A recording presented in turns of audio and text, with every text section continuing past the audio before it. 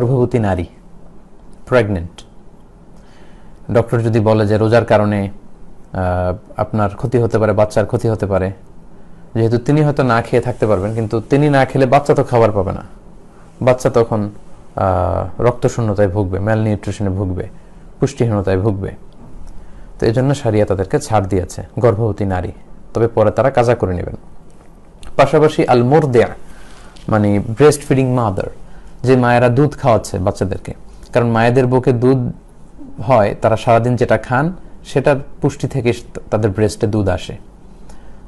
তো ওনারা যদি নিজেরাই খেতে না পারেন রোজার কারণে, তাহলে বুকে দুধ আসবে না, ফলে একেবারে যারা একেবারে দুগ্ধপোষ্য যে শিশু, তার জন্য কষ্টকর হয়ে যাবে সার্ভাইভ করা। এই জন্য গর্ভবতী নারীদেরকে এবং ব্রেস্ট ফিডিং মাদার যারা দুধ খাওয়াচ্ছে এরকম নারীরা, তাদের জন্য শরিয়া ছাড় দিয়েছে। ডক্টরের কনফার্মেশন সহকারে তারা চাইলে রোজা ভাঙতে পারবেন, কিন্তু পরবর্তীতে এগুলো কাজা করতে হবে। এটার দলিল হচ্ছে সুনান আবু দাউদের একটি হাদিস, হাদিসটি সহিহ। আল্লাহর হাবিব সাল্লাল্লাহু আলাইহি ওয়াসাল্লাম বলেছেন, ইন্নাল্লাহা আযজা ওয়া জাল্লা ওয়াদা আনিল মুসাফির শাতরাস সালাতি ওয়াস সিয়াম ওয়া আনিল হামিলি ওয়াল মুরদি'।